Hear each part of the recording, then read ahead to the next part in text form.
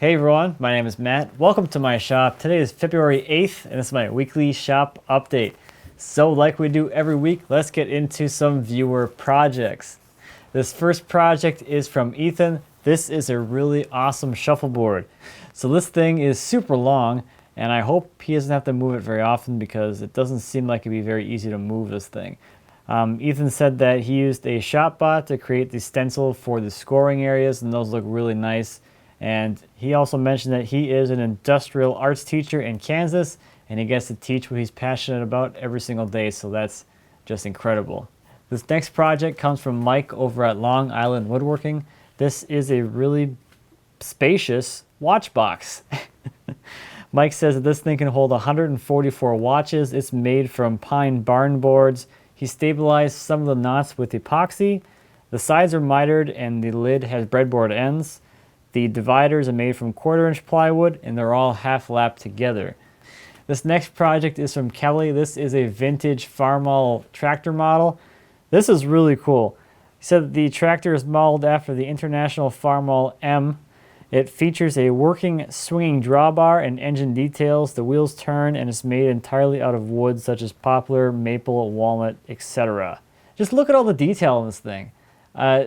I think as I see more people's work and I see these, like the Intarsia and the models like this, it's incredible the level of detail that goes into these projects. So I'm always incredibly impressed by these. So great work, Kelly. Thanks for sending this one in. This last project is from Henry. This is a pair of round pedestal tables. I've mentioned Henry's channel on the update before. He was a featured channel, I think in the summertime. Probably back in August or something. This is really awesome. He did a great job on these things. The funny thing about this video and the project was that it was a Christmas gift for his sister, I believe. And in the video, he mentioned that he had like 10 days before Christmas to make them. So that seems like every Christmas gift I've ever made. He did a really great job with the video. As always, the tables turned out absolutely gorgeous. And I'm always blown away by Henry's work. He also has a really nice way to cut a sliding dovetail into a round pedestal on the router table. So that was really cool to see. Always some cool stuff over there. So how about me in the shop this week? Well, as you can see, I got the drawer made for the table. And it has a drawer bottom and everything. So let me show you everything that went into making this guy. I got started with the drawer front, ripping it out of the bigger piece of stock. And then I could rip it to a much closer width to try and get this thing to be pretty well sized for the drawer opening. With this drawer front, I wanted this like half circle thing to be pretty well centered in the opening. So I spent some time laying that out so I knew where my cross-cut lines were going to be. And then I spent some time making sure that the angles of the sides matched whatever angle the dividers were at, so that drawer fit perfectly into the opening. Or rather, that the drawer front would fit perfectly into the opening. Next I can start working on the half-blind dovetails, starting with cutting the dovetails at the bandsaw. Once I had those cut out and cleaned up, I could transfer them to the drawer front. And I used the drill press to remove the bulk of the waste, before going back in with the chisels and chopping back and paring back to the lines. Now that was the easy side. The other side of the drawer front had a lot of crotch grains, so all this grain that I was cutting through was all really interlocked and the grain direction kept changing, so it was quite a lot more work to dovetail this side, but just took it really slowly and it worked out just great. Next I can start working on the drawer back. These are just going to be through dovetails, so they're pretty quick. I started by cutting out the pins on the back and cleaning those up, and then I could transfer the pins to the drawer sides, and then I can cut the mating tails into the back of the drawer side.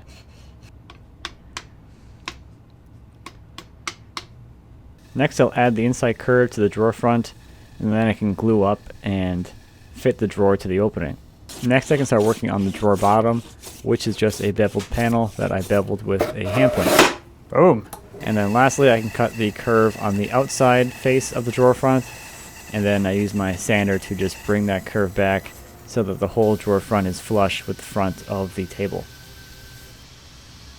So I was hoping to have at least a first coat of finish applied tonight before I went in and did the prep work for the shop update and all that stuff. But unfortunately, the epoxy that I filled the cracks in my drawer front had some voids in it. So as I curved the drawer front, those voids were exposed. So I have to fill these holes, I guess, with some more epoxy. So it's going to take probably another 18 hours or so after I fill them, after I do this video, for the epoxy to cure before I can apply the first coat of finish to everything. But I am super happy with the way that the drawer front turned out on this thing. It looks fantastic. I also curved the inside face of the drawer front itself. In the past, since this is such a subtle curve, I've left that flat, and it's not super noticeable, but I think it adds a small level of detail that maybe someone will notice. And overall, when you just look at the drawer, even like from the way I'm looking at it right now, it doesn't look curved at all because it's so subtle. But it's there, and it matches the front of the table itself. So I am super thrilled about this. All the construction is done. Now I just have to apply some finish to it, and this guy is going to be done. Super, super thrilled about that. I had a question, or a few people commenting and asking about the inlay in the top. The cherry inlay banding. So they were wondering or commenting that the cherry, as it darkens over time, will become less contrasty to the walnut, which is true, and which is exactly the effect that I am going for here. This is the third tabletop that I've done like this with walnut and cherry, and the cherry does darken, and it really becomes a really, really subtle inlay in time, which is exactly the way I wanted it to be. Well, it will be. I think it looks really great, and it's not super punchy, so it's almost like it's not there, which is kind of a cool effect. So last week, Matthew Morris and I released a new episode of the Matt and Matthew Show. This was another episode with Milton Swan. We did a shop tour in his shop, showed us around, showed us all the tools that he uses in his shop to make all the awesome tools that he makes. It's a really great shop tour, so check that out. There'll be a link in the description. And I will be having my next Ask Matt Live.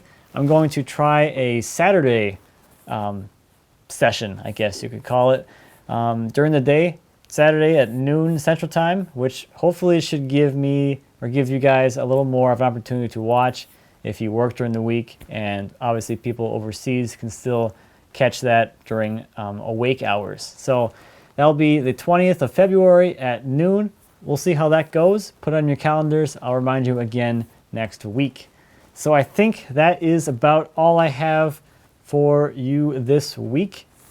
Thank you as always for watching. I greatly appreciate it. If you have any questions or comments about anything I talked about today or anything here in my shop, please feel free to leave me a comment. As always, I appreciate those. I'd be happy to answer any questions you might have.